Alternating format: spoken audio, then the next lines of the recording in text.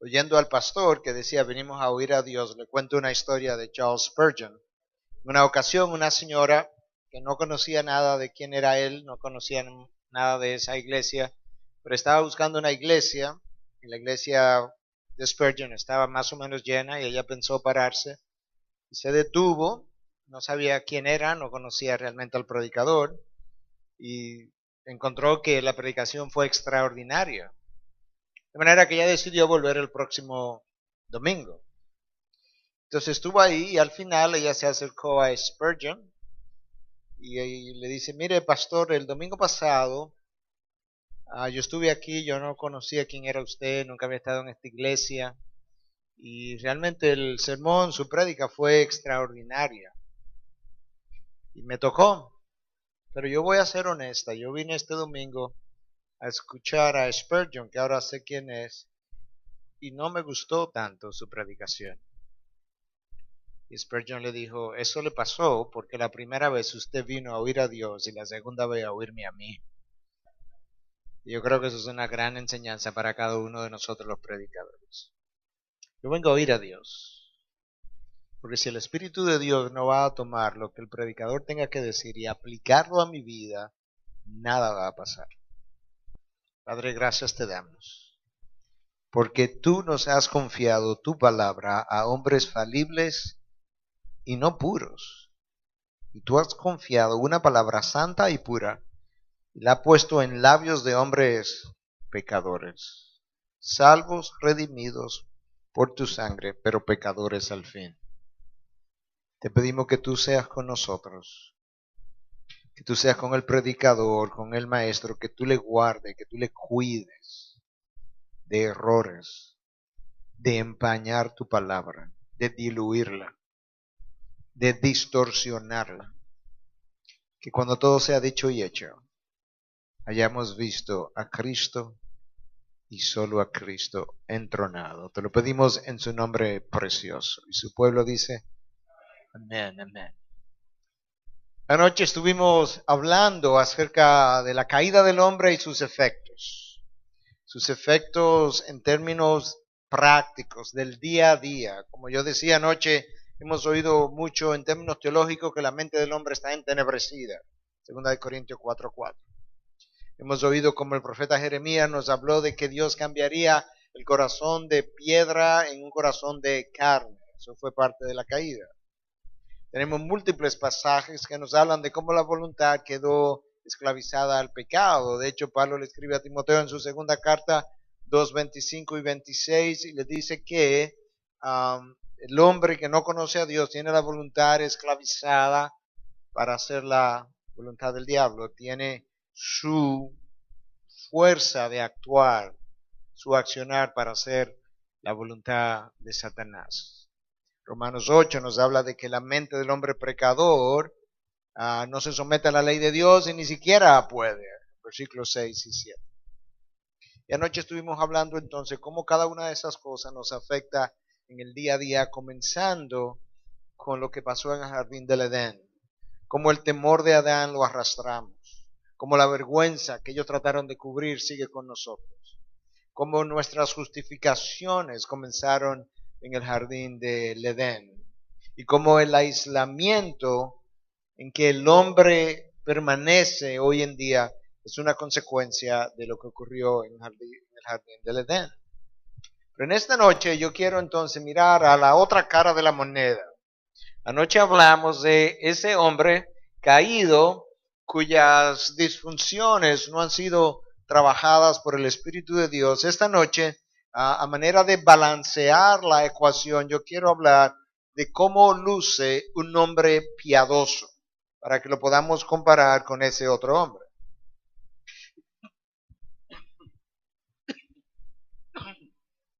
Perdón. Y un hombre piadoso es un hombre que Dios ha tallado, a su imagen.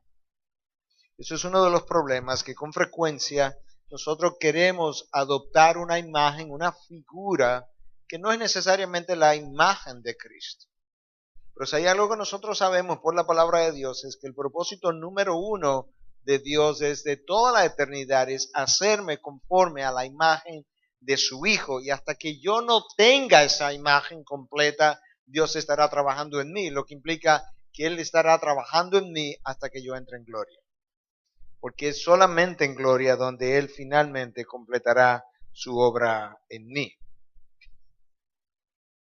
En una ocasión, para seguir ilustrando algunas de las cosas que queremos decir, el gran escultor Miguel Ángel estaba empujando una gran roca hacia un lugar y alguien le preguntó que qué él hacía empujando esa roca grande y fea y sucia hacia ese lugar.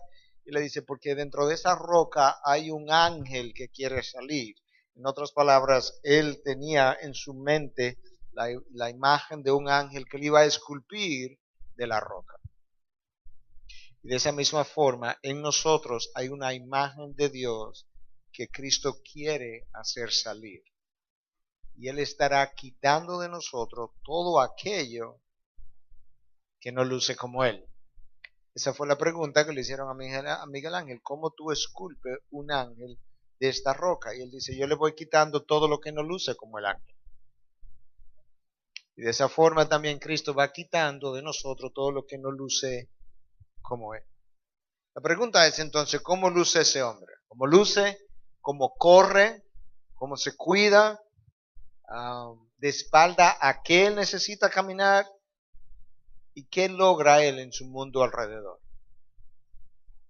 Sabe que los estudios han hecho y han mostrado que la mayoría de las personas en la carrera cristiana que comienzan bien no terminan bien. Si tú piensas en los 12 espías que fueron enviados a recorrer la tierra, solamente recordamos los nombres de Josué y de Caleb. Eso es 2 de 12, se aproxima al 1 de 10. Si miras la historia bíblica, te vas a encontrar que muchos de los hombres de Dios no terminaron bien. No podemos decir que Jacob terminó bien con 4 hijos cuyos hijos, sus nietos, hicieron y deshicieron, 2 de los cuales Dios le quitó la vida por malvado que era. David terminó soso porque terminó con una familia destruida. Demas se fue al mundo. Judas fue un traidor.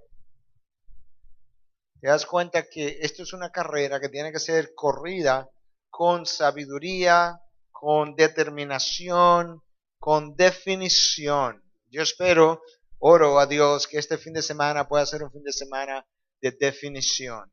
Cuando hablamos de un momento de definición, el hombre tiene momentos de definición en su vida. Y un momento de definición es ese momento donde tú entiendes cosas que no había entendido y basado en lo entendido, tú tomas decisiones que nunca había tomado antes y te devuelven una dirección en la que tú nunca habías transitado anteriormente. Ese es un momento de definición. Yo oro que este fin de semana sea un momento de definición porque es mi oración que Dios pueda traer un avivamiento a nuestro país y a toda nuestra región. Y ese avivamiento tiene que comenzar con nosotros los hombres de alguna manera. Cambiando y buscando el rostro de Dios. Thomas Watson fue un puritano muy conocido aún el día de hoy. Y él escribió un libro acerca del perfil de un hombre de Dios en el que él da 24 características. Yo la reduje a 12 para luego hablar de cuánto más la redujo el Señor Jesucristo para que podamos ver en cierta manera que es sencillo o simple de entender. Watson decía que un hombre de Dios es un hombre de conocimiento de la palabra. Hermanos, la palabra de Dios nos fue dada o representa en primer lugar la mente de Dios, el corazón de Dios, el plan de Dios, la voluntad de Dios. ¿Cómo es posible que el Dios del universo nos dé su mente, su corazón, su plan, su voluntad y yo no tenga una pasión por conocer la mente del Dios infinito, creador del cielo y la tierra? Dios nos dio su palabra y Él espera que yo maneje su palabra con precisión. Pablo le escribe a Timoteo y le dice, preocúpate por presentarte ante Dios como un obrero que no tiene de qué avergonzarse, que maneja con precisión la palabra de verdad. Yo no puedo manejarla con precisión si no la estudio, si no la escudriño. Watson decía, un hombre piadoso es un hombre de conocimiento. Es un hombre de fe. Todo lo que no es de fe es pecado, nos dice la palabra. Por tanto, es un hombre de fe. Si hubo algo que frustró al Señor Jesucristo en sus días sobre la tierra, si pudiera usar la expresión, fue la falta de fe de los discípulos. Continuamente, hombres de poca fe, hombres de poca fe. Cada vez que lo encontraba atemorizados, hombres de poca fe. Porque la falta de fe cuestiona el carácter de Dios. Cuestiona su control, cuestiona su fidelidad, controla lo que Él ha dicho. Yo debo vivir descansando en Él. Un hombre de Dios es un hombre que sabe amar. En general, nosotros los hombres no sabemos amar. El ser humano en general no sabe amar, pero de manera especial el hombre no sabe amar. Yo creo que la mujer está mucho mejor capacitada porque desde que da a luz tiene un bebé a quien ella tiene que darse y comenzar a amamantarlo y eso la prepara para dar. Pero nosotros tenemos un amor que es muy egoísta. Nosotros tenemos un amor que C.S. Lewis definiría como un amor de necesidad. Lewis habla de 3 o 4 tipos de amores diferentes en su libro acerca del amor, pero voy a mencionar 2 de ellos. Él habla de un amor que da, que en inglés sería give love, tanto amó Dios al mundo que dio, ese es un amor, tipo de amor. Y el otro amor es un amor de necesidad. En ocasiones, yo he estado con un hombre en consejería y le he preguntado, ¿cómo tu esposa sabe que tú la amas? Bueno, pastor, ¿es que ella lo sabe?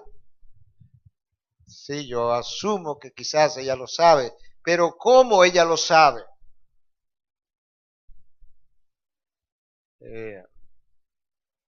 ¿Es que yo proveo todo en mi casa? No, eso es una responsabilidad. Yo quiero saber cómo ella sabe que tú la amas. ¿Es que yo no puedo vivir sin ella? Bingo. Eso es un amor de necesidad. No puedo vivir sin ella. Dios puede vivir sin nosotros, pero tanto amó Dios al mundo que dio su Hijo. Entonces el amor que yo tengo que aprender es un amor dador de mi tiempo, de mis energías, de mis emociones, de mis talentos, de mis dones, de mi fuerza o fortaleza. Un hombre de Dios es un hombre que imita a Dios. Sed imitadores de Dios, dice Pablo a los Efesios. Un hombre que es cuidadoso con la adoración de Dios. Y la vida de oración, o mejor dicho, la adoración no es simplemente lo que cantamos aquí, pero aprecio lo que hemos cantado, canciones centradas en la verdad de Dios. Pero un hombre de Dios es cuidadoso en su vida de oración. Hermanos, lo que usted hace en el mundo secular, en su trabajo, y tiene que entender un poquito de lo que voy a decir o esperar hasta el final para que me entienda, no es más sagrado que lo que yo hago el domingo en el púlpito. Nosotros tenemos una concepción errada y pecaminosa de la vida. Nosotros tenemos 2 compartimentos, el mundo secular y el mundo sagrado. Y el mundo sagrado es esto y el mundo secular es todo lo demás. Para el cristiano no hay mundo secular.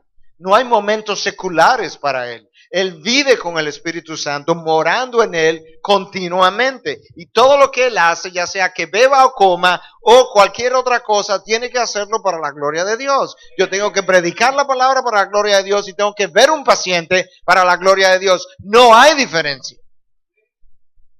Si nosotros hacemos esa dicotomía, vamos a crear una élite de un grupito de personas que ha sido llamada a predicar la palabra y esos son los especiales y todo el resto son regulares. No, mi llamado es hacer lo que para lo que Dios me creó. Y si eso es ingeniería, ingeniería. Y si eso es limpiar piso, pues limpiar piso. Pero tengo que hacerlo para la gloria de Dios. Y eso es sagrado para Dios. Un hombre de Dios le sirve a Dios y no a los hombres. Él le sirve a los hombres, pero él no les sirve a los hombres cuando les sirve a ellos, les sirve a Dios. Por tanto, él no está tan preocupado si se lo agradecieron, si le dijeron algunas palabras bonitas, si lo incentivaron. Eso es bueno a nivel humano, yo no estoy diciendo que no, pero su preocupación está con Dios, si realmente le agradó a Dios. Mi preocupación es si mi mensaje, mi enseñanza agrada a Dios. La preocupación de los músicos debe ser si lo que ellos le presentaron a Dios le agradó a Dios. La preocupación de ustedes fue si la actitud con la que se expusieron a su palabra agradó a Dios, si la crianza de sus hijos está agradando a Dios. Watson decía que un hombre de Dios es un hombre que llora. Wow, uno no esperaría encontrar eso. Claro, Cristo fue un hombre de Dios y lloró. La pregunta es, ¿qué me hace llorar? Alguien decía que si tú quieres saber lo que un hombre es, pregunta qué lo hace llorar, qué lo hace reír. Wow. Porque a mí tiene que hacerme llorar lo que hace llorar a Dios y debe hacerme reír lo que hace reír a Dios. Eso es importante. Es un hombre de oración. El recurso más subutilizado, justo como media hora antes de salir para acá, bueno, tenía que pasar por mi casa ayer, pero media hora antes de salir de la iglesia, o quizá menos, hablaba con alguien, salir del ministerio, hablaba con alguien del equipo de trabajo de nosotros, que me presentó una idea y yo le decía, ¿sabes qué? Yo creo que mejor que eso oramos. Creo que es el recurso más barato, más subutilizado y el más efectivo de toda la historia. Y eso es algo que un hombre de Dios no se da el lujo de hacer. Si Dios te da una audiencia las 24 horas del día para que hables con Él acerca de todo, ¿cómo es que no usamos la audiencia? Como que Dios ha hecho una cita, te ha apartado una cita, le decimos, bueno, en realidad a mí no me interesa. Nosotros tendemos a orarle a Dios por las cosas grandes. Y las que podemos manejar, no te preocupes que eso las manejo yo. Eso la resuelvo yo, de manera que yo no te tengo que orar por eso. Cuando Cristo dijo, separados de mí, nada podéis hacer. Alguien le preguntó a un predicador muy conocido en Estados Unidos en años pasados, Barnhouse. Una señora vino y le dice, Pastor Barnhouse, ¿usted cree que debemos orar por las cosas grandes, las cosas pequeñas a Dios? Cuenta la historia que él usaba los lentes así bien bajitos, y él baja su cabeza y la mira así por encima de los lentes y dice, señora, ¿usted conoce algo grande para Dios? Lo que implica que para Dios no hay cosas grandes y pequeñas, todas son pequeñas. Y por tanto yo tengo que orarle a Dios por todas las cosas. Un hombre de Dios es un hombre sincero. Lo que tú ves es lo que Él es. Sincero, agradecido. Esa es otra característica. Es un hombre que no se complace con el pecado. Eso no dice que él no peca. Eso no existe. Un hombre que no peca. Lo que él no hace es complacerse con el pecado. Cuando peca le duele, se arrepiente, lo siente, le pesa, le entristece. No vive en eso. Él no vive ese disfrute.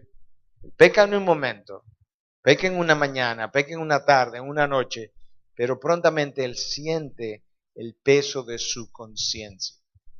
Eso es un hombre de Dios. Ahora, cuando Cristo, ahí yo le mencioné 12 características que Watson menciona de 24 que él menciona en su libro. Pero cuando Cristo fue a definir cómo él nos quería, escucha lo que Cristo dijo en Mateo 11:29.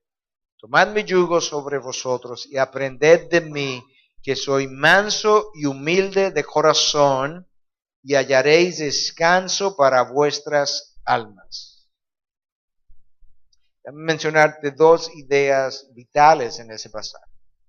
Número uno, Cristo dice, aprended de mí, no de nadie más, de mí, que soy manso y humilde. Ahora nota cómo él califica la mansedumbre y la humildad. Manso y humilde de corazón. Eso no está ahí por accidente. Aquellos de nosotros que creemos en la inspiración verbal de la palabra, cada palabra ha sido inspirada por Dios y por tanto no hay una conjunción de más, no hay un signo de interrogación de más, de tal forma que esas dos palabras de corazón no están de más. Lo que Cristo está diciendo es, yo no aparento mansedumbre, yo soy manso. Yo no aparento humildad, yo soy humilde. Y de esa misma manera, vosotros tenéis que tener una condición interna de mansedumbre y de humildad que no es externa, que no es una reputación, es un carácter. Hasta ahí la mayoría de las personas conocen este versículo, lo han oído. Aprended de mí que soy manso y humilde de corazón. Lo que muchos no recuerdan es la segunda parte del versículo, que es la conclusión de a dónde yo llego con esas cualidades. Y hallaréis descanso para vuestras almas. Mucha de la falta de descanso, de la falta de paz en nosotros, está originada por una falta de ambas condiciones, de mansedumbre y de humildad. La humildad es la que se ofende y ya se le fue la paz. La humildad es la que tiene dificultad en pedir perdón, se le fue su paz. La humildad es la que tiene dificultad en perdonar, se le fue su paz. La humildad es la que frecuentemente está midiendo que lo pasaron por alto, no me tuvieron en cuenta, y llamaron a Pedro y no me llamaron a mí. La humildad es la que con frecuencia está pendiente de que alguien no lo saludó, le pasó por el lado. La humildad no toma en cuenta nada de eso, es el orgullo que hace eso. La mansedumbre es lo que nos crea la falta de muchos de nuestros problemas. Hablamos mal, subimos el tono, hablamos ofensivamente, dejamos de hablar, pero todo eso es porque en mi interior, más que manso, soy rebelde. La condición número 1 del ser humano, rebelión. Y Cristo dice, si fueras manso y humilde, la mayoría de tus problemas quedarían resueltos. Y eso tiene que aprenderlo de mí, porque no lo puede aprender nadie más. Vamos a hablar un poquito entonces del orgullo, que es la cara opuesta de la humildad, pero que al mismo tiempo, decíamos anoche, es el ropaje con el que yo trato de cubrir mi temor. Y por eso es que tenemos que hablar de él.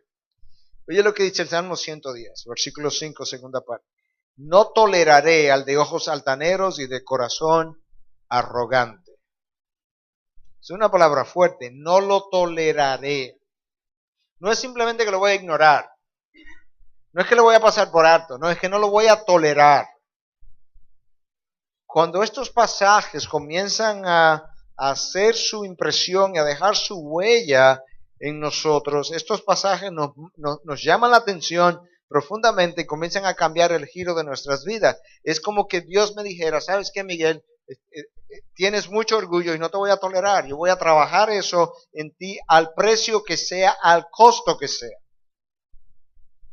Isaías 2:17, será humillado el orgullo del hombre y abatida la altivez de los hombres. No importa qué hombre es, será humillado. Nota si eso es una lucha grande que el apóstol Pablo, después de visitar el tercer cielo, el hombre que tuvo un encuentro con el Cristo resucitado, el hombre que recibió la revelación del Evangelio por una instrucción directa de parte del Señor, no ni sangre ni carne lo instruyó a él, Dios le dio un mensajero de Satanás, que él llamó un aguijón, para que lo abofeteara, para que no se enalteciera de sus revelaciones. ¿Te das cuenta de la lucha que el orgullo representa para nosotros? Un aguijón en la carne continuo para que lo abofeteara al apóstol Pablo, para que no se enalteciera de las revelaciones que él había tenido. Escucha Proverbios 8:13. La soberbia aborrezco. Wow. ¿Tú quieres una palabra más fuerte que eso? La soberbia la odio. Dios odia todo pecado, pero hay pecados en particulares que Él menciona de forma muy sui generis. Este es uno de ellos. El orgullo del hombre, lo aborrezco. ¿Cómo luce ese orgullo en nosotros? Bueno, en primer lugar, se caracteriza por mucha independencia. No, yo lo hago, yo sé, pero pide ayuda. No, yo sé, yo puedo. Yo lo he hecho otras veces. Pero esa independencia es peor cuando tiene que ver con Dios. Porque nuestra falta de oración muchas veces no es más que una falta de dependencia de Dios. Cuando el orgullo no está, la humildad vive continuamente yendo donde Dios a orar y a pedirle y a depender. Y eso es lo que hace al hombre independiente en sus formas. El orgullo transforma las virtudes en vicios.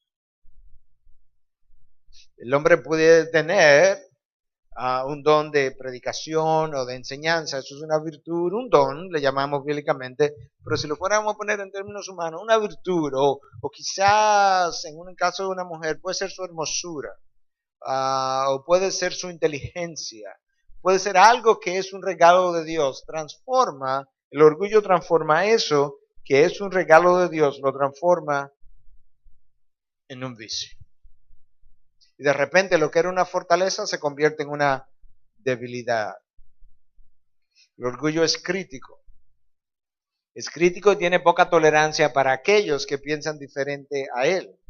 Por eso es que con frecuencia el hombre no tolera cuando le llevan la contraria. Yo hablaba con una esposa en una ocasión que me hablaba de su esposo. Yo le decía, fulana, el problema con fulano es que él está bien hasta que tú le llevas la contraria en lo más mínimo. Y él inmediatamente se altera. Ese es el orgullo. El orgullo es competitivo por naturaleza. El orgullo quiere ganar. Entonces tú pones cristianos a jugar basquetbol y resulta que ellos hacen trampa, se dan codazos. ¿Sí o no? Sí, porque lo hemos visto y oído. Y no puedo dejar de hablar de lo que he visto y oído. Eso es increíble. Simplemente por ganar. No hay manera de que podamos disfrutar un juego simplemente por pasar tiempo con los hermanos, pasando un buen tiempo, simplemente. Y ejercitarnos en el deporte. No, tenemos que ganar. Una observación que se ha hecho en ocasiones de los hombres es que los hombres van en una carretera. Entonces de repente él va en su carro y le pasa un camión. Entonces más adelante él se para, quizá a comer algo. Y él está parado, sentado en la mesa ahora con su esposa y está mirando la carretera. Y de repente el camión pasa y él le dice a su esposa, mira, ese fue el camión que le pasamos ahorita. La esposa está pensando como que... Y él vuelve y se monta en su carro. Y cuando él se monta en su carro, él acelera. Porque él tiene que pasarle al camión otra vez. Ya le pasamos. Lo dejamos atrás. Él tiene que ganar.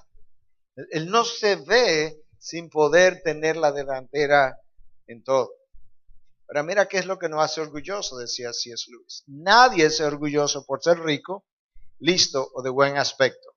Es orgulloso porque es más rico, más listo o tiene mejor aspecto que otro. Siempre hay una comparación que favorece al que la hace. Eso es como el orgullo es. Si hubiera una sola persona en el mundo rica, esa persona no fuera orgullosa, porque él no tiene con quién compararse. Si hubiera una sola persona hermosa en el mundo, él no se tiene con quién comparar, no tiene nada de orgullo. El orgullo viene porque tú tienes algo que tú entiendes mejor, superior que el del otro. Y eso nos vuelve entonces orgulloso. Es comparativo el orgullo. Pero nota cómo hacemos nosotros las comparaciones. Por eso Luis decía, siempre hay una comparación que favorece al que la hace. Tú le haces un señalamiento, o la esposa le hace un señalamiento a su esposo, y dice, sí, pero yo no soy como esos otros esposos que andan ahí con muchas mujeres. Él siempre mira hacia abajo, los que están por debajo de él. Pero él nunca se mira hacia arriba y dice, y mira a Cristo y dice, wow, ¿cuánto me falta de aquí a allá?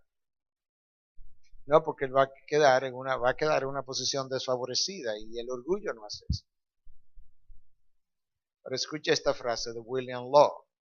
Si el orgullo no muere en usted, nada del cielo puede vivir dentro de usted. No lo considere como una forma de ser que no lo favorece, ni mire tampoco la humildad como una virtud digna. El orgullo está hecho todo de infierno y la humildad toda de cielo. Según la palabra de Dios, ¿qué es lo que hace que Satanás caiga? Lucifer, en su momento. Quiero ser como el Altísimo. Hubo una comparación. Y hubo un orgullo en él de querer ser como Dios. ¿Qué es lo que hace que Adán y Eva caigan? Que no se contentaron con su condición de criatura, sino que querían ser como Dios. El día que comas serás como Dios. El mismo pecado de Lucifer es el pecado de Adán y Eva. Ambos querían ser como Dios. Uno pensó que podía llegar a hacerlo sin comer una fruta. Los otros pensaron que podían llegar a hacerlo si tocaban el árbol o comían del árbol del bien y del mal. Pero al final de cuentas, la idea era ser como Dios. La criatura no tolera ser criatura, quiere ser como el Creador. Ahora escucha lo que la palabra de Dios dice de Moisés. La razón por la que yo traigo ejemplos como el de Moisés es porque en ocasiones cuando tú traes a Cristo, alguien te dice, sí, pero eso fue Jesucristo. Y es verdad que nadie puede compararse a él. Pero cuando tú tienes un hombre como un Job, por ejemplo, que Dios dice que él era intachable, yo tengo que creer eso. De Moisés, la palabra dice, Moisés era un hombre muy humilde, más que cualquier otro hombre sobre la faz de la tierra. Ahora, ¿qué tú piensas que formó la humildad de Moisés? Dos cosas. Una, 40 años en el desierto, atendiendo ovejas y trabajando para tu suegro. Eso forma la humildad de cualquiera. Y la otra, Moisés comulgaba con Dios cara a cara. ¿Qué es lo que Dios le dice a Miriam y a Aarón cuando criticaron a Moisés? Dios dice, cuando yo hablo con un profeta, yo lo hago a través de visiones y de sueños, pero no así como Moisés. Con Moisés yo hablo cara a cara y él ve mi rostro. Números 12. Él ve mi rostro. De alguna forma. Sabemos que nadie puede ver el rostro de Dios y vivir, pero de alguna forma la presencia de Dios era tan extraña, tan presente, que Dios dice, Él ve mi rostro. Cuando tú contemplas a Dios por lo que Él realmente es, tú te ves tan pequeño que tu humildad comienza a formarse. El problema es que nosotros caminamos viéndonos hacia adentro y entonces en vernos hacia adentro vemos todo este ego hinchándose en nosotros, pero el hombre que camina viendo a Dios se ve tan pequeño delante de Dios. Y eso es lo que Calvino decía, que todo conocimiento que el hombre pueda alcanzar depende de dos cosas. Número uno, que conozca a Dios y número dos, que se conozca a sí mismo. Una vez tú conoces a Dios, ahora tú puedes verdaderamente llegarte a conocer a ti mismo por lo que eres y te ves sumamente pequeño, incapaz, insuficiente, impuro, pecador. Y entonces toda la gloria va para nuestro Dios. Entonces cuando Dios trabaja el orgullo, porque es Dios que lo trabaja, 40 años en el desierto, por eso es que nosotros no debiéramos quejarnos de nuestras dificultades, de de las dificultades que Dios trae a nuestras vidas, de las pruebas, la tribulación, esa era la palabra que andaba buscando. No debemos quejarnos porque esa es la forma como Dios está trabajando su imagen en mí. No hay otra manera. Mis impurezas no se van de otra manera. No sé si algunos de ustedes han escuchado o me han escuchado usar esta ilustración, pero en una ocasión una señora quería ver cómo se trabajaba la plata y fue donde un platero y vio que el platero tomaba la plata con una pinza larga, la agarraba, la metía en el fuego y la dejaba ahí en el fuego y la miraba y luego que la miraba después de un rato volví y la ponía, volví y la miraba, volví y la ponía y llegó un momento que él la miró y la retiró. Entonces la señora le dice, mire señor, yo me quedé viéndolo mientras usted trabajaba, me fijé que usted mientras tenía la plata en el fuego, no le quitaba la vista a la plata. Y usted la miraba de vez en cuando y llegó un momento que usted la vio y entonces la retiró. ¿Cómo usted sabe cuándo sacar? Le dice, bueno, yo no le quito la vista a la plata porque la plata es muy frágil. Y entonces en cualquier momento se puede caer en el fuego. Y yo sé cuando está de sacar, cuando yo veo mi rostro reflejado en la plata, entonces yo sé que ya está lista para salir. Bueno, eso es como Dios trabaja en tu vida. Él te toma con una pinza, te mete en el fuego y Él comienza a ver hasta dónde su imagen se ha ido formando. Y cuando esa parte de su imagen que Él quiere formar en ti, en esa prueba, ha sido formada y es reflejada en ti, Dios te saca de la prueba. Hasta entonces, ahí te quedas. Y ahí me quedo. No te quejes. Es Dios obrando en ti y formando su imagen. Es una buena cosa que Dios nos forma de esa forma. yo voy a ser el beneficiado. Ese hombre entonces que Dios forma y lo moldea y le da humildad, él tiene también una forma como él luce. Para comenzar, sus logros, él se lo atribuye a Dios en público y en privado, porque nosotros somos muy buenos atribuirle cosas a Dios en público. Logramos algo, predicamos bien, enseñamos algo, hacemos algo bien y alguien viene y te congratula, te dice algo bueno, para la gloria de Dios, hermano. Bendito sea Dios. Pero por dentro a veces estamos diciendo que yo me fajé. Okay. Mira, eso fue un sermón que yo le dediqué más tiempo que cualquier otro sermón. Es que la gente piensa que es fácil, pero la gente no sabe las horas que uno pasa estudiando y todo eso puede ser verdad, pero al final, la única razón por la que alguien pudo haber dicho algo bueno de lo que hiciste es porque Dios decidió glorificarse en lo que estabas haciendo. Si Dios no lo hace, en buen dominicano hubiese sido un tollo. Por eso es que los logros tienen que atribuírsele a Dios en privado, en público y en privado. Donde cuando tú te vas a tu casa, tú estás consciente, donde nadie te ve, Dios lo hizo. Bendito sea Dios porque Él lo hizo. Un hombre humilde puede transformar su entorno, pero aquellos que están siendo transformados, Él no los hace depender de Él. Muchas veces nosotros queremos que las ovejas dependan de nosotros continuamente y los padres quieren que los hijos dependan de ellos continuamente. Eso no es humildad. Dios nos creó para nosotros poder tener un espacio donde podamos crecer y podamos crecer. Sí, a veces yo necesito al pastor, a veces yo después de casado necesito un consejo de mi padre, pero yo tengo que darle espacio al otro para crecer. La humildad hace eso. Sus subordinados tienen espacio. Y el líder humilde ve su autoridad y su poder no como un privilegio, sino como una responsabilidad. Como pastor cabeza de la iglesia o pastor titular, nosotros somos un grupo de 8, como pastor cabeza, yo no tengo más privilegios que nadie. Yo tengo más responsabilidad que todos. Esa es la realidad. Cuando nosotros comenzamos a considerarnos con más privilegios, nosotros comenzamos a enorgullecernos. Nosotros tenemos áreas en el parqueo donde, como llegamos muchas veces y tenemos que entrar no tenemos tanto tiempo como otros quizás pudieran tener de pararse a saludar y demás, pero hemos rehusado ponerle nombre a nuestros parqueos, de manera que si alguien lo toma, lo tomó, ya está bien tomado, lo parqueamos en otro lugar, simplemente para modelar lo que es caminar en humildad de corazón delante de Dios. Un hombre humilde reconoce el daño que la grandeza le puede hacer. Y él entiende entonces que cuando él tiene autoridad y poder, la grandeza de ese hombre reside en la manera como lo restringe. Como Cristo en la cruz, con todo el poder del universo a su disposición, con simple soplar y haberse llevado todo el que le estaba haciendo daño, como él restringió su poder, restringió su autoridad en todo momento. Ese es el modelo de la humildad.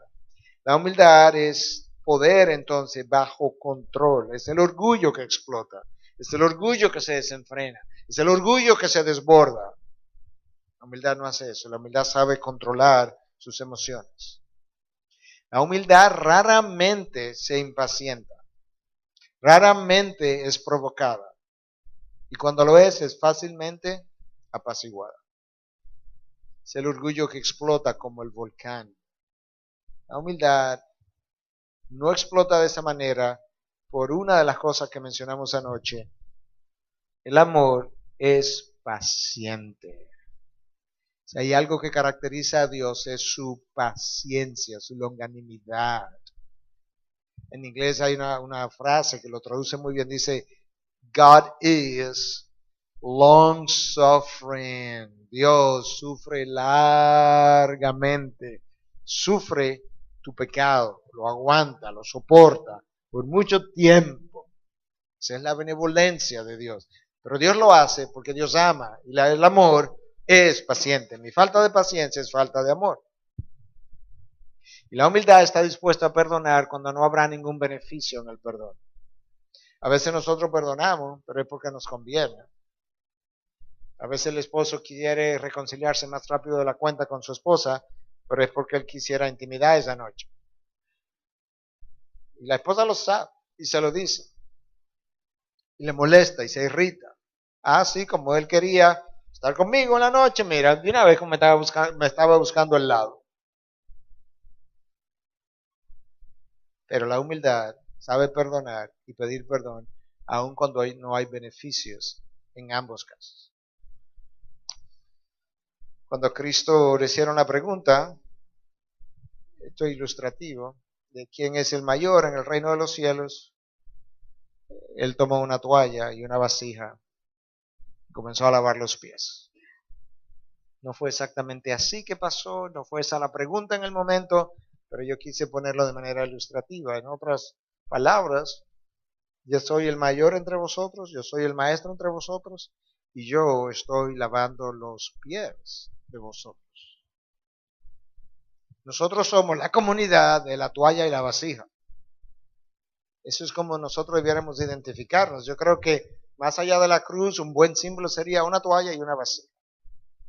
Lo cual dice que nosotros estamos dispuestos a hacer la tarea más pequeña de todas. Porque en la antigüedad esa era precisamente la tarea que se consideraba más pequeña e indigna.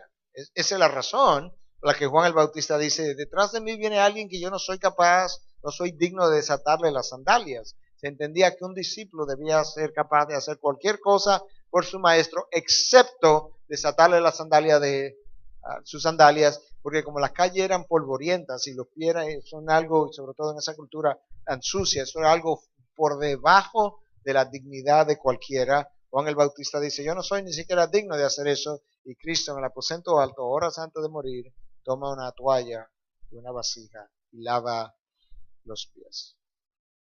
Es un hombre humilde, un hombre que no tiene tareas que la considera demasiado pequeñas o muy por debajo de él. Está dispuesto a hacer eso. Y Cristo hizo eso con el traidor. Cristo no comienza con Pedro y luego Mateo, y cuando llega Judas no le dice, no, a ti no, el próximo.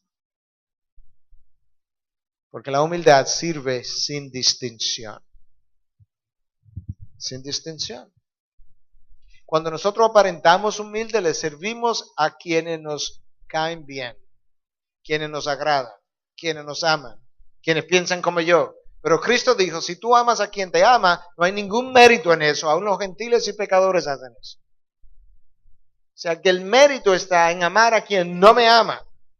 Wow. La humildad no tiene problema en hacer eso. Porque la humildad sería algo, no es algo que yo hago, es algo que yo soy. Entonces, cuando tú eres de una manera, tú eres de esa manera todo el tiempo. Si tú eres un siervo, tú no sirves a veces y otras veces no. Tú no le sirves a quien te cae bien y no le sirves a quien no te cae bien. Tú sirves siempre porque eso es algo que tú eres. El agua, por ejemplo, por así decirlo, si pudiera ilustrarla, es mojada. El agua no puede ser seca en ningún momento porque ya no es agua. Su condición es de humedad. Siempre. Cristo está tratando de que yo sea, no de que yo haga. Aprended de mí que soy manso y humilde, no que actúo de manera mansa y humilde. El nombre de Dios es un hombre que le da la espalda para seguir moviéndonos al materialismo de nuestros días. Nosotros tenemos un problema grave de materialismo. Nosotros pensamos que si yo no soy rico, no soy materialista. Y no es así. Los ricos lo que han podido es probar que se puede ser materialista y sobrevivir y que ellos saben cómo hacer uso del materialismo. Pero cuando Pablo le habla a Timoteo, le dice, todo el que quiere hacerse rico cae en vanidad y lazos que enreden al hombre, atrapan al hombre. Y que el amor al dinero es la raíz de todos los males. Nosotros vivimos en una cultura de consumo. Vivimos en una cultura de la deuda. Nos endeudamos para tener. Consumimos para poder estar al último guay de la moda. Estados Unidos, que quizás es el país que mejor estadística tiene, por lo menos a nuestro acceso, la deuda de Estados Unidos al día actual, la deuda de los consumidores de los ciudadanos, no del gobierno, es de 11.68 trillones de dólares. Eso es 12, vamos a redondearlo en 12. Eso es un número 12 con 21 ceros después. 21 trillones, 12 trillones de dólares. Tarjeta de crédito nada más son 854 billones de dólares. Billones de dólares. 864 mil millones de dólares multiplicado por 41.42 con nuestro peso. Eso es todo el dinero del mundo.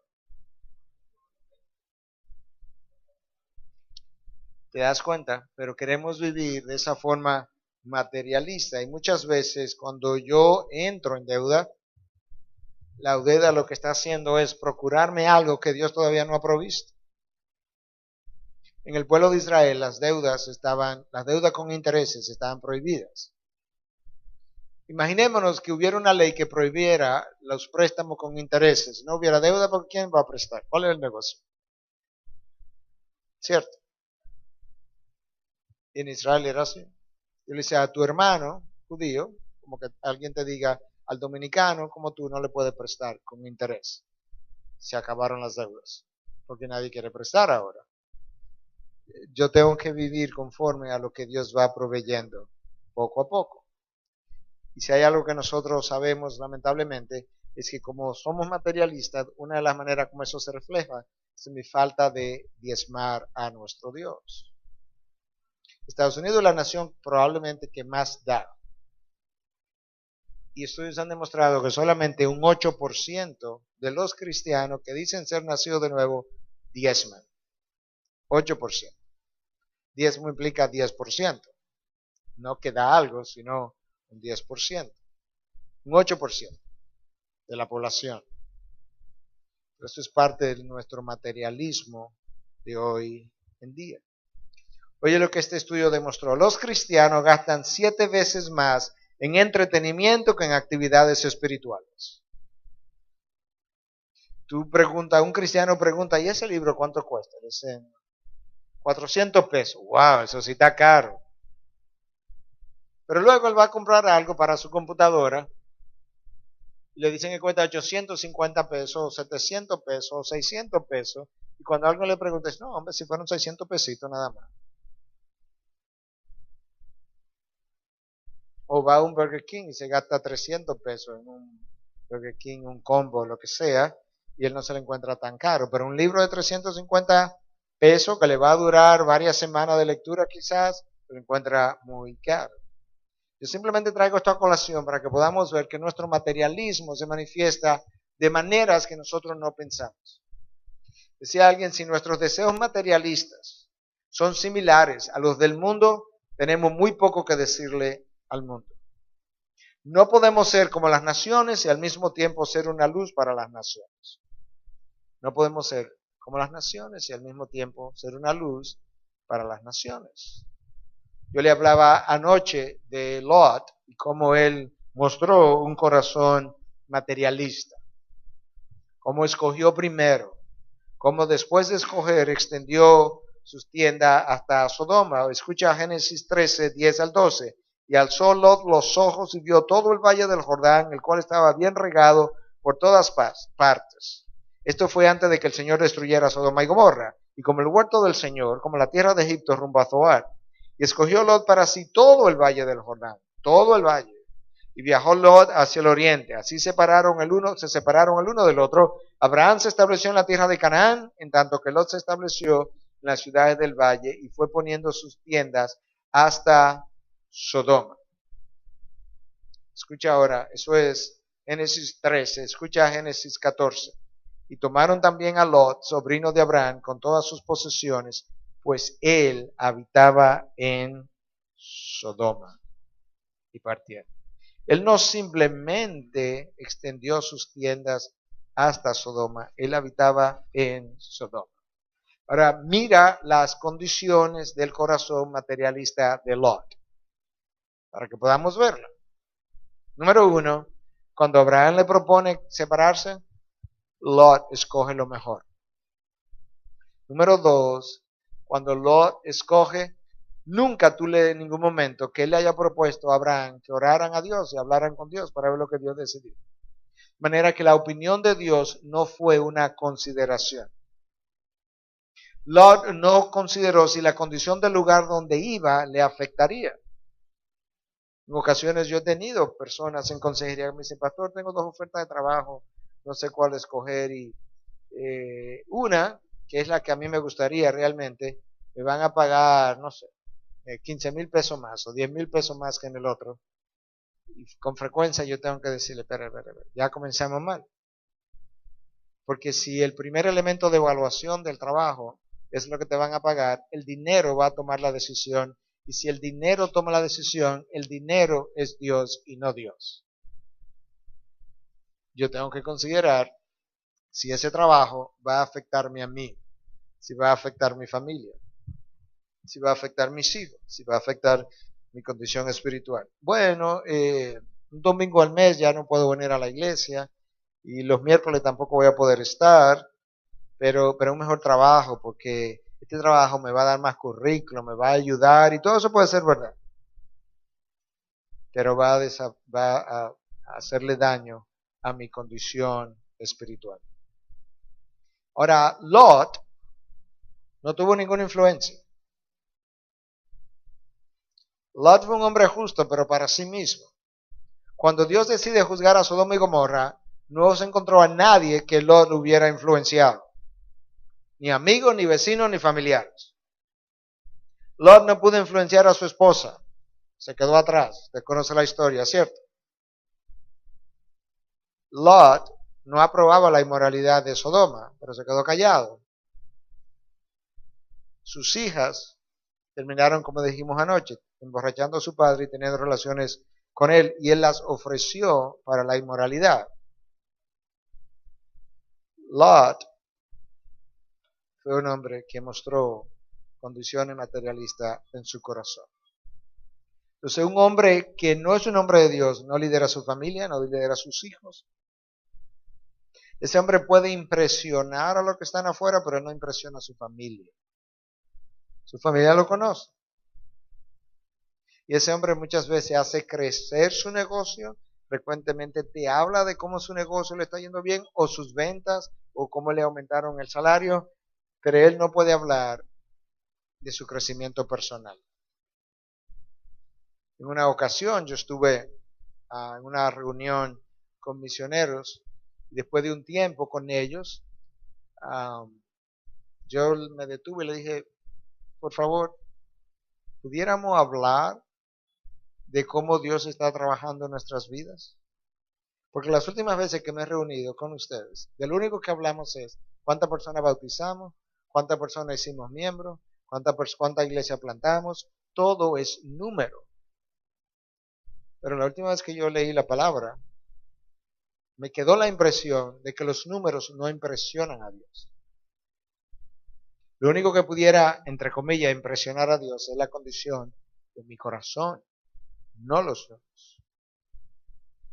Pero nosotros frecuentemente vivimos con la vista aquí debajo. Cuando la palabra de Dios nos dice claramente, 2 Corintios 4:18, no poner nuestra vista en las cosas que se ven, sino en las que no se ven, porque las cosas que se ven son temporales, pero las que no se ven son eternas. Lucas 16:13, ningún siervo puede servir a dos señores, porque aborrecerá a uno y amará al otro, o se apegará a uno y despreciará al otro. No podéis servir a Dios y a las riquezas. El otro día yo estaba hablando con alguien que me hablaba de su ira y cómo él explotaba de vez en cuando. Y él decía, oye, fulano, entonces me dice, yo no quiero ser así, pero es que no puedo controlarlo, pero yo no quiero. Y le decía, fulano, vamos a hacer un ejercicio. Suponte que tú y yo tenemos esta conversación. Y suponte que cada vez que tú fueras a explotar, yo estuviera presente. Si en el momento que tú vas a explotar, yo saco un grupo de billetes y te enseño $25,000. Y en el momento que tú vas a explotar, te digo, fulano, y te hago así con los $25,000, lo que implica que si no explota, yo te lo entrego.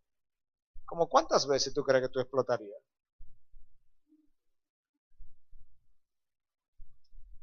Y él entonces como que su rostro se demudó. Yo le dije, ya probamos quién es tu Dios. problema es que el Dios que tiene no tiene la motivación suficiente para parar tus exabruptos, pero el dinero sí. Y eso es cierto con todo. A veces, hablándole a nuestra iglesia, hay un grupo de personas que tienden a llegar tarde, decimos, eso lo podemos curar mañana si tú quieres. Solamente tenemos que decirle, todo el que esté aquí a las 9 en punto de la mañana, el domingo recibirá 15,000 pesos gratis. A las 8:35 estaría todo lleno. Es más, gente que no viene a la iglesia vendría. Pero el Dios que tenemos no nos motiva a hacer eso, porque hay otro Dios. Y de ahí que estoy hablando de que yo no tengo que ser rico para tener un corazón materialista. Yo lo que necesito es tener la vista puesta en las cosas de abajo y no en las de arriba. Y ya yo tengo un corazón materialista. El dinero solo es beneficioso cuando es ganado, administrado, ahorrado y consumido por un corazón santo. Déjame decir eso otra vez. Escribí eso en una ocasión. El dinero solo no es beneficioso, espiritualmente hablando, cuando es ganado, administrado, ahorrado y consumido por un corazón santo. Y esa combinación es rara.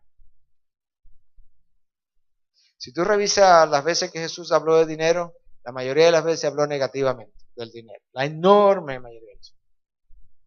La Biblia tiene como 500 versículos que hablan de la oración, tiene 2,500 que hablan del dinero y las posesiones. 5-1. Eso nos da una idea de hasta dónde Cristo entendió que esto era un problema. Esa es la razón por la que Cristo se compara con riqueza. Nadie puede servir a dos señores. Hablando del dinero y las riquezas. O amarás a uno y odiarás al otro. Pero no puedes servir a dos señores. Y cada vez que Cristo habló de dinero, lo estaba regalando, por así decirlo. A.W. Tozer, uno de los grandes hombres de Dios del siglo pasado, decía, toda posesión temporal puede ser convertida en riqueza eterna.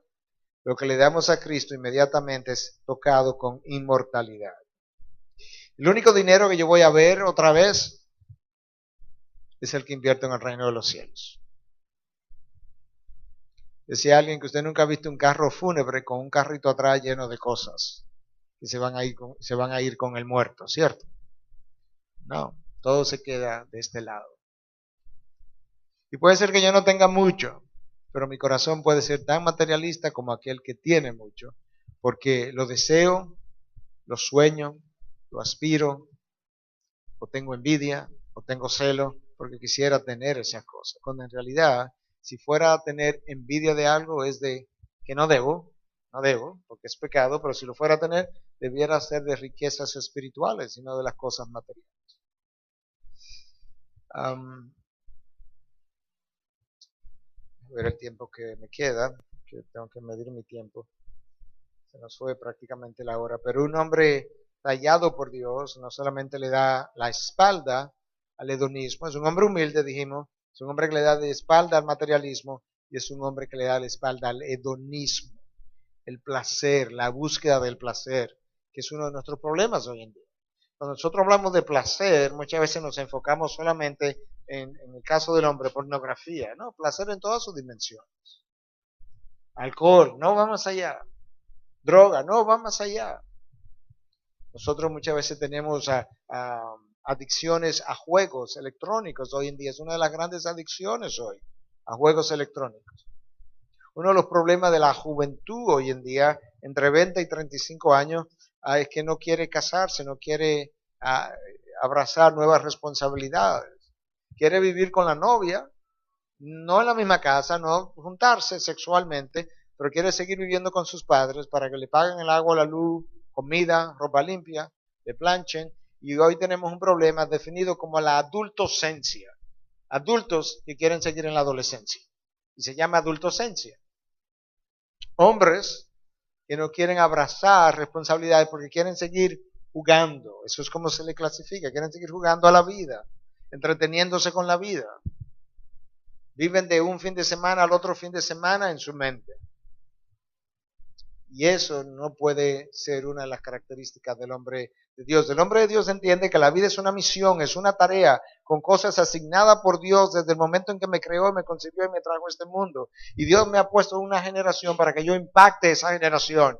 No es para que yo registre la historia de esa generación. Frecuentemente nosotros nos quejamos de lo que está pasando, lo que el gobierno hace, lo que no hace, los partidos políticos, todo eso lo que implica es un registro de la historia. Ayer el gobierno dijo, mañana el gobierno hará, pasado tal o otra cosa, eso es un registro de la historia. Dios no me dejó en esta generación para que la registre. Él se conoce la historia antes de que ocurra. Él me dejó en esta generación para que la impacte, para que la cambie, para que contribuya, para que forme la historia, para su honor y su gloria, bajo su autoridad y en su nombre. Ese hombre que le ha dado la espalda al hedonismo, no, él puede usar cosas de marca, pero eso no le da importancia, no le da valor a él. Él puede usar cosas de calidad. Él pudiera usar el entretenimiento, pero él no está a la expensa del entretenimiento. El entretenimiento tiene que ajustarse a lo que son sus valores, sus esquemas de vida y a los valores que él ha abrazado para vivir.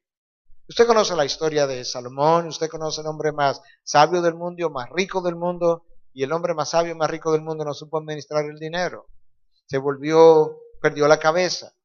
Escucha lo que él dice en Eclesiastés 2, 10, 11. Y de todo cuanto mis ojos deseaban, nada les negué, ni privé a mi corazón de ningún placer, porque mi corazón gozaba de todo mi trabajo, y esta fue la recompensa de toda mi labor. Consideré luego todas las obras que mis manos habían hecho, y el trabajo en que me había empeñado, y he aquí todo era vanidad y correr tras el viento, y sin provecho bajo el sol.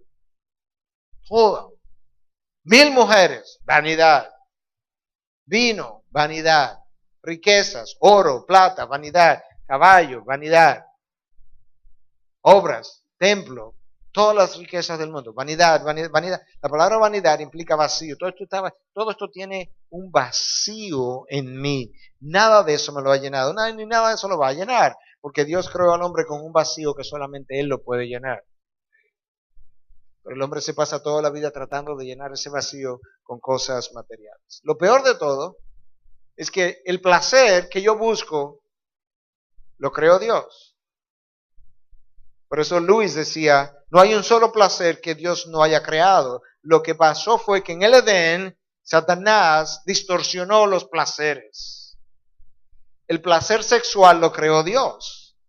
Las terminaciones nerviosas que le permiten al hombre y a la mujer sentir placer, las creó Dios. Desde sus órganos genitales, la lengua, los labios, el cuello, todo lo que tú quieras, Dios lo creó. No hay un solo placer que Satanás haya creado. Satanás no es creador, él es distorsionador de la realidad de Dios. El problema es que nosotros no queremos disfrutar los placeres bajo las directrices de Dios, sino conforme a nuestro pecado. Ese es el problema. Pero cada placer Dios se lo dio al hombre para que pudiera disfrutar. Dios no es un juez rígido que cada vez que te ve teniendo algún tipo de placer, te pone una corriente eléctrica y te dice, para que no disfrute. Ese no es el Dios de la Biblia. El Dios de la Biblia puso a Adán y Eva en un huerto y le dio la creación entera. Le dijo, ahí está, domínala, la puedes sojuzgar, la debes sojuzgar, y ahí la tienes para que te complazca. Bajo mis leyes, bajo mi autoridad, bajo mi nombre. En la presencia de Dios hay plenitud de gozo y a su diestra delicias para siempre. Él ha llenado su mundo de placeres, dice C.S. Lewis. Todo tiene que ser distorsionado para que nos sirva de uso en la forma carnal como nosotros la hemos llegado a disfrutar. El tiempo se me ha ido y tengo que avanzar para cerrar. Pero finalmente, voy a decir muy poco para poder cerrar a tiempo y tener segunda sesión. El hombre de Dios es un hombre que le ha dado la espalda a la violencia. En todas sus formas. Verbal, física y en el disfrute de la misma. No es posible que nosotros todavía, en el siglo en el que vivimos, siglo XXI, tengamos seres humanos, pero sobre todo cristianos, que disfrutan un boxeo, por ejemplo. Tú tienes a un hombre, portador de la imagen de Dios, golpeando y haciéndole daño a otro hombre que porta la imagen de Dios, y pagamos para ver eso. Ese no es el corazón de un hombre cristiano. Eso es inconcebible. Si jugamos fútbol, si jugamos varios de los deportes que algunos de los cuales yo ni entiendo honestamente, todo tiene que ser con una violencia, porque eso es lo que nos define en nuestra hombría. No, esa no es la manera como yo concibo a un hombre manso y humilde, formado a la imagen de Dios. Hoy en día vamos a los cines y disfrutamos las matanzas de las guerras que no fueron reales la gran mayoría, porque si estuviéramos viendo un documental de cosas que pasaron, quizás eso no pueda dar un peso mayor por el pecado del hombre, no, pero vamos a divertirnos con películas o en mi propia clase donde hay matanzas y hay muertes y hay asesinatos y hay homicidios y hay suicidios y hay de todo y pagamos para entretenernos con la violencia. Múltiples estudios, miles de estudios han demostrado que la exposición de un niño, de un joven y de un adulto también a la violencia vía los medios de comunicación los vuelve más agresivos en las próximas horas después de haber sido expuesto. Y obviamente si la exposición es diaria o continua, pues él vive de una forma mucho más violenta. Mire esta estadística de Estados Unidos. Un niño, para el tiempo que llega al 7º grado, ha visto en televisión más de 8,000 asesinatos.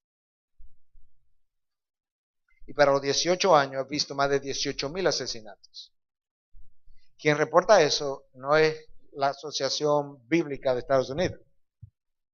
Es el Colegio de Psiquiatría de Estados Unidos que revisó 1,000 estudios. Y reportó que en todos, menos 18, o sea, 982 estudios demostraron que la violencia en la pantalla lleva a la violencia en la vida real. Un hombre de Dios tiene que darle la espalda a la violencia.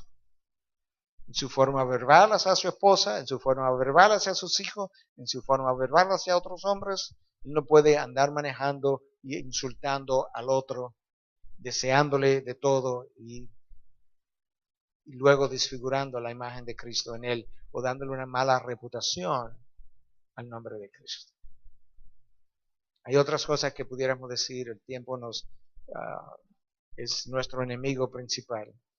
Pero si llegamos a ser mansos y humildes, le damos la espalda al materialismo de nuestros días, le damos la espalda al hedonismo de nuestros días, le damos la espalda a la violencia de nuestros días, a través de un trabajo que el Espíritu de Dios haga en nosotros, yo creo que vamos en buen camino.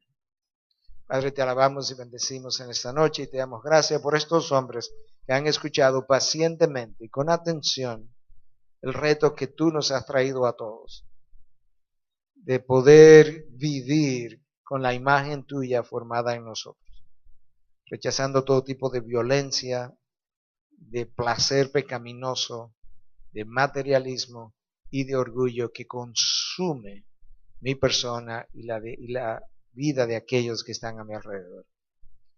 Bendícenos, Dios, en Cristo Jesús. Amén. Amén.